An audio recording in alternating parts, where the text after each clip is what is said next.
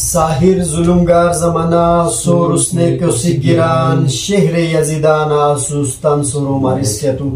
دعوت کلام دوم جناب محمود ساحر صاحب ہوتی کی ہستن شعر غزل اسے اس کا محظوظ کوئی غزل آتیش کی قطع فراق و غمان مدی شمار کرونو ہوئی کردوت ظلمان تا دی اقرار کرونو ہوئی ایبانی آدم تا دی فنا بلی کا خیر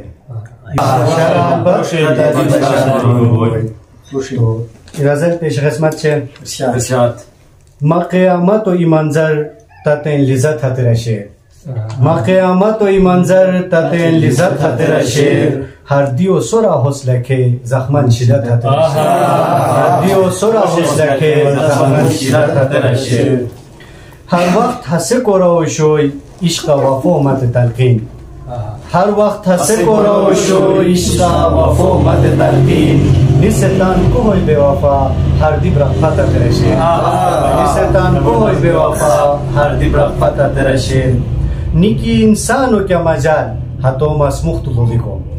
نیکی انسانو که مجال حتو مسموخ تو دیکو غچن شری شری پچور هش نزاکت درشه غچن شری شری پچور هش نزاکت درشه کیا کوم ساقی و میخانه غلوت غچار کوری نشه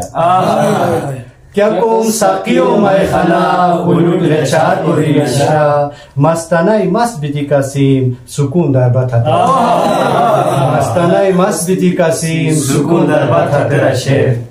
فقط جدو و یسر حتی مخمور نگاه شیر فقط جدو و یسر حتی مخمور نگاه شیر هر دیا دور کوری پچور هر شرارت حتی رشه هر دیا دور کوری پچور هر شرارت حتی رشه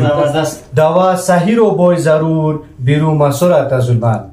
دوا سحیر و بوی ضرور بیرو مسورت ظلمان روز محشر کی تپشیم ما شکایت حتی رشه روز محشر کی تپشیم ما شکایت حتی رشه